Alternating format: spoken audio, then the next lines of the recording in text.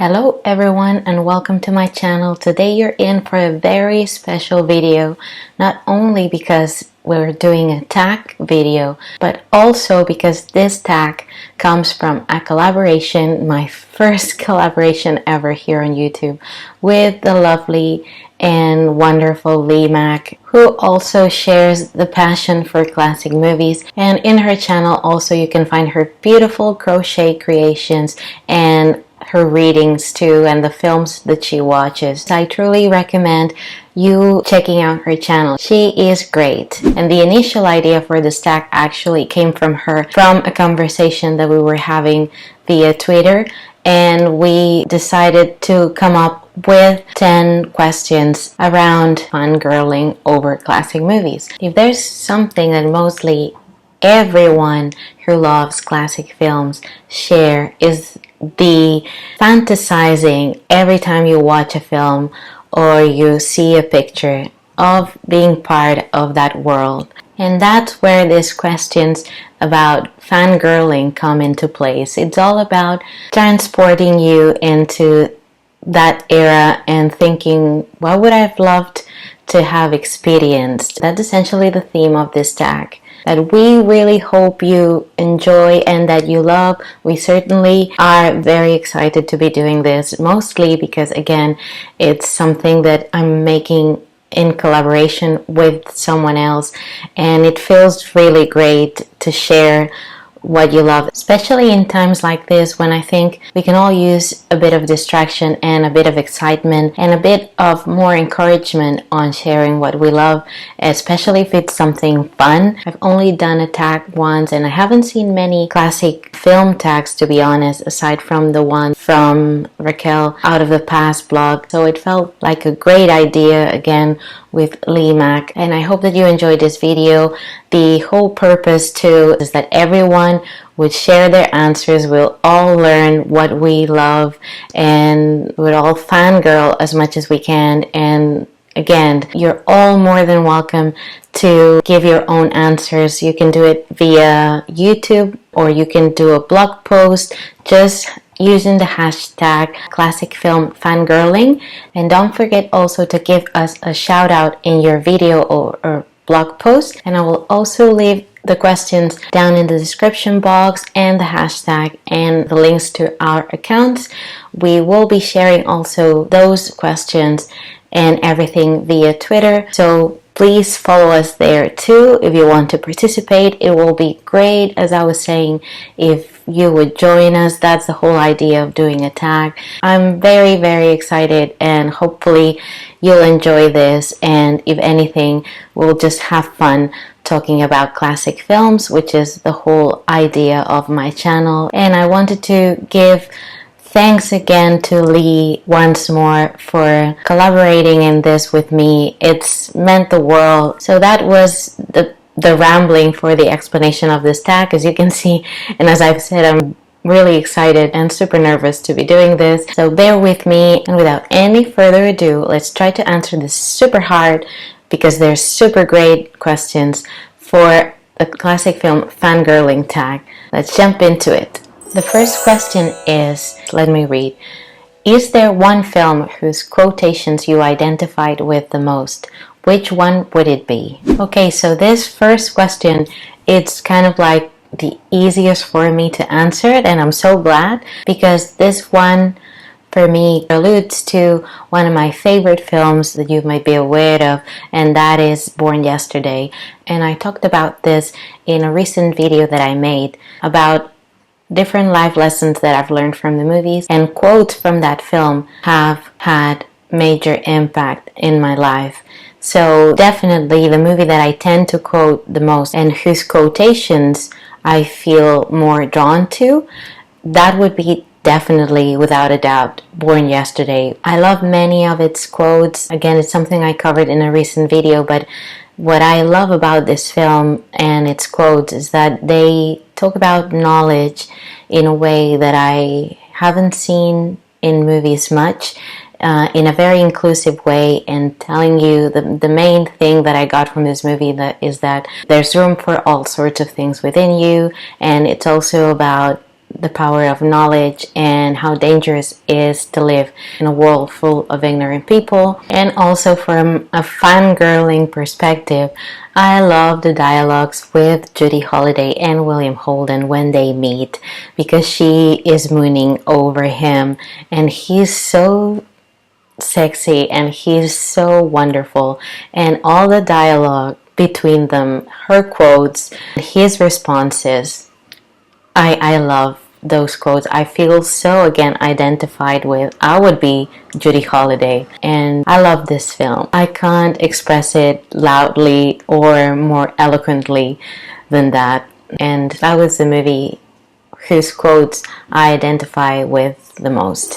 Okay, the next prompt or question is: name a minor character from a film whose backstory you would love to see explored in a spin-off of their own. Okay, so this question was kind of tricky for me. Initially, what I thought was Cosmo Brown from Singing in the Rain is one character that I always loved, and I always felt that he deserved more of a story in the film because Donald O'Connor is so great. Then I also thought, by the way the question is phrased, if I would want to know a backstory, it wouldn't be from Cosmo Brown, because we do know where he comes from in the film Singing in the Rain. What I would love to know is what happens with him after the end of the movie. So then, in terms of knowing the backstory of a minor character, I immediately thought of one of my favorite villains within a movie that I love, which is Captain Blood, with Errol Flynn and Olivia de Havilland. And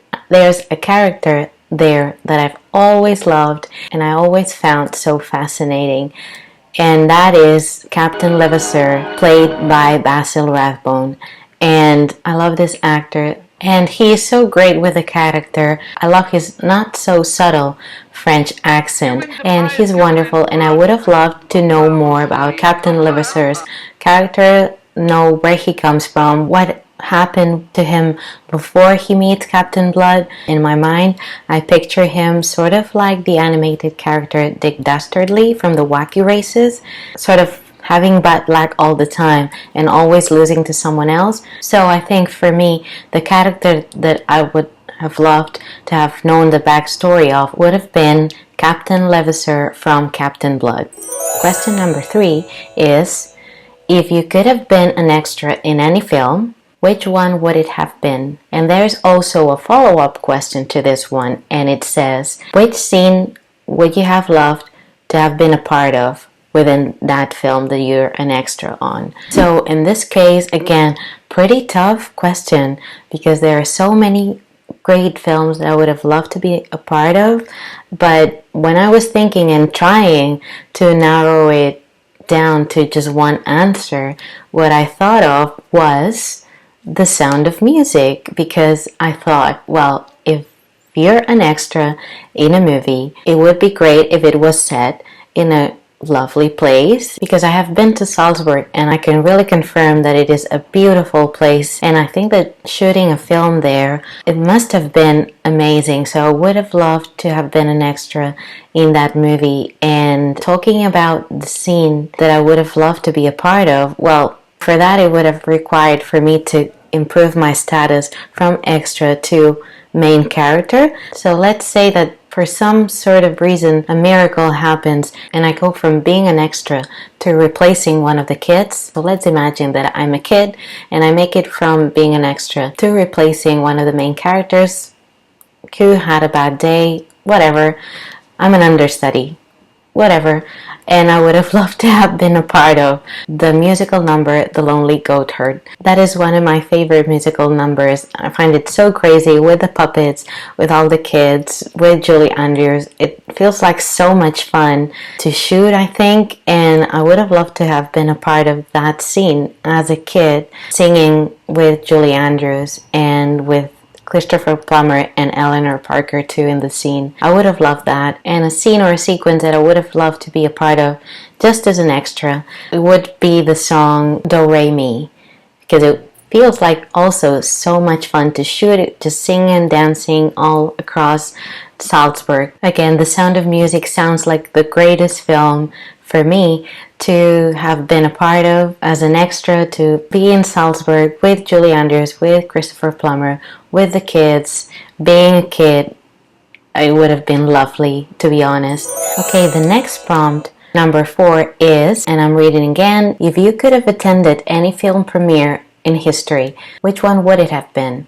So in my case, it was really hard to pick one. I thought initially to have gone with The Wind, for instance, a really big film premiere that everyone, I think, would think of. But then thinking a little bit deeper, I thought that one film premiere that I would have loved to have attended would have been the musical Anchors Aweigh in 1945, because, and I'll tell you why, because thinking a little bit more, it would have been great to have seen or experienced the reaction of people watching Anchors Aweigh. And if you're not familiar with the musical, there's a scene within the movie in which Gene Kelly dances with Jerry, the animated character, and it would have been great, in my opinion, to have seen the reaction of the audience watching that for the first time, because now we're more used to seeing animation combined with live action or just animation, super advanced animation. But in 1945, I would have loved to have seen the reaction of people watching a thing like that, and it's so brilliantly made, so brilliantly animated and danced, and it's so lovely to watch that I feel that the audience must have had some sort of oh my gosh reaction. And it would have been also great to have been at the premiere with Gene Kelly, Frank Sinatra, Kathryn Grayson, and any other star that would have attended. It would have been great. I'm not too familiar with what actually happened in that premiere, but I would love to learn more about it, and I would have loved to have been a part of that. Okay, question number 5. In this case, the question or the prompt is, if you could have signed up with a studio of the era, say MGM, Warner Brothers, 20th Century Fox, Paramount, Columbia, RKO, or Universal, which one would you have chosen and why? So this is kind of a tricky question too for me, because growing up, I was such a big fan of classic MGM musicals. Those were the films that I grew up with. I absolutely love musicals, especially the ones from MGM. So for a very long time, if I had been asked this question, it would have been no doubt straight away MGM.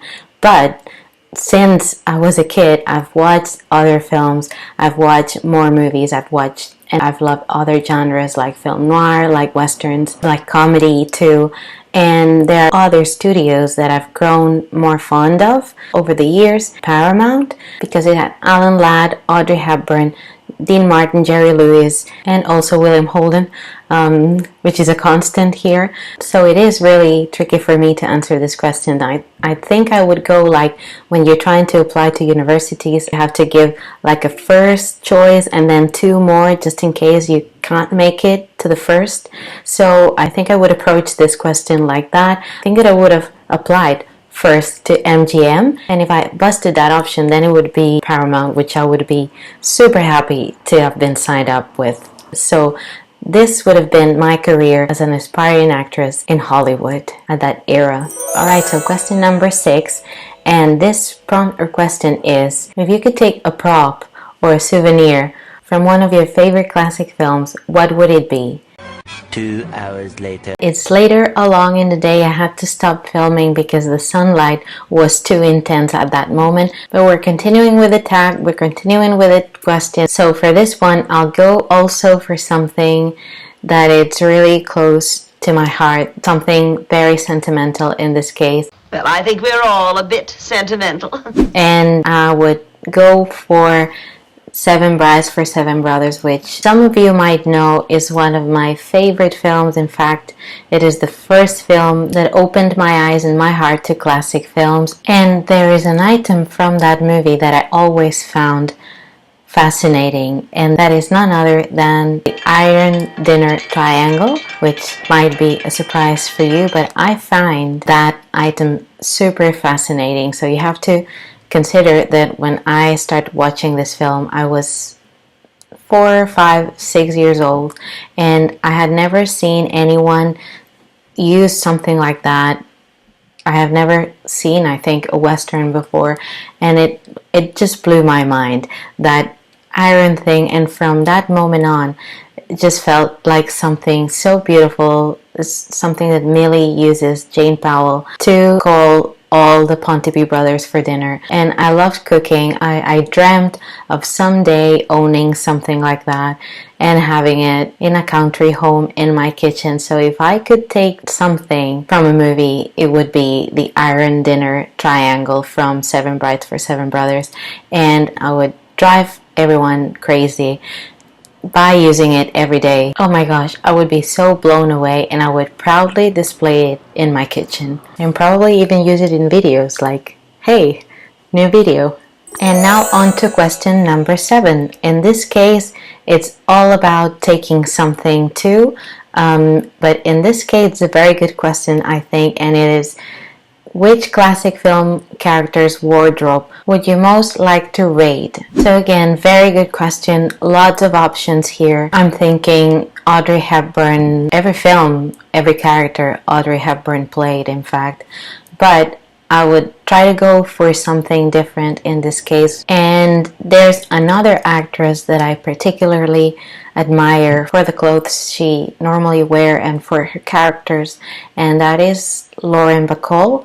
And particularly, there's a film character that she plays in the movie To Have and Have Not with Humphrey Bogart, her first major role, and the one that made her an overnight star. And in that film, I always been fascinated with what Lauren wears in To Have and To Have Not, and particularly there's a black dress that I think fits her so well that I would love to have worn or just take a look at. And seriously, I think all her clothes in that movie are pretty great, especially also the scene where she is with Humphrey Bogart and she delivers the famous line, "You know how to whistle." But out of all the clothes, I think, from that movie, that black dress has always stood out for me, and I would absolutely rate her wardrobe from that film. Okay, question number 8. In this case, it says, which restaurant, cafe, or other eatery featured in a classic film would you love to dine at? Oh boy, so many options here. I'm thinking of those glamorous places that are featured in classic movies like Club 21 or Store Club.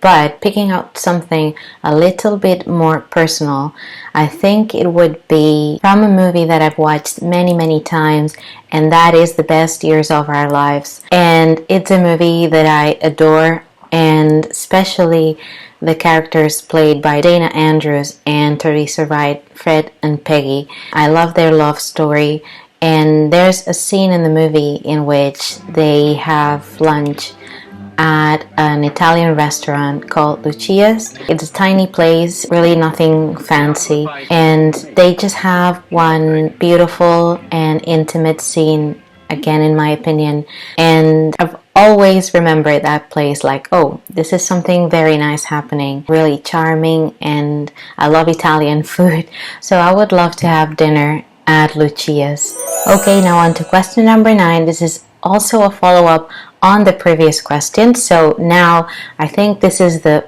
most difficult question for me of them all. And this is, if you could have dinner or coffee at that place with a star, who would it be and why? Now this, I think, again, is the most difficult question of all for me to answer, because how can I possibly pick just one person to go with out of all the actors and actresses that I love? I mean, there's so many that I would like to go with, from Errol Flynn to Rock Hudson to Cary Grant, Olivia de Havilland, Jean Arthur, oh my gosh, so many. But if I have to right now, absolutely, at gunpoint, just pick one, I think that I would love to go to Lucia's with William Holden, and I have just made a video about him, and I think I'm still with all the feels, and I would absolutely love to go to Lucia's and have an absolutely beautiful, beautiful night.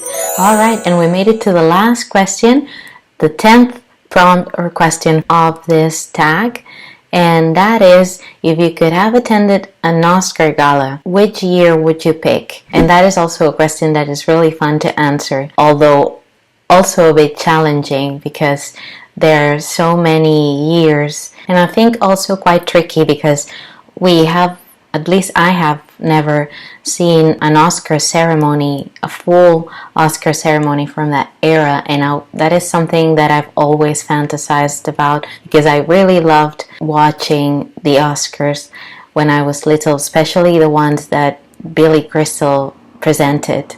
And I think that a classic, in this case Oscar Gala, would have been great to attend. And I think that out of all the years, I would pick 1954 because, again, it was the year that William Holden won his Best Actor award for Stalag 17, but not only that, also Audrey Hepburn for Roman Holiday, Frank Sinatra and Donna Reed for From Here to Eternity. Shane was also nominated and won for Best Cinematography, and I've seen some footage on YouTube of that gala, of that ceremony, and I love the dresses, I love the way they all looked. It was presented, I believe, by Donald O'Connor, and I think it would have been for me like the quintessential Oscar ceremony with the glamour and seeing all the actors that I love, and at a time when they were doing movies that I really enjoyed, and also seeing the directors, seeing Edith Head,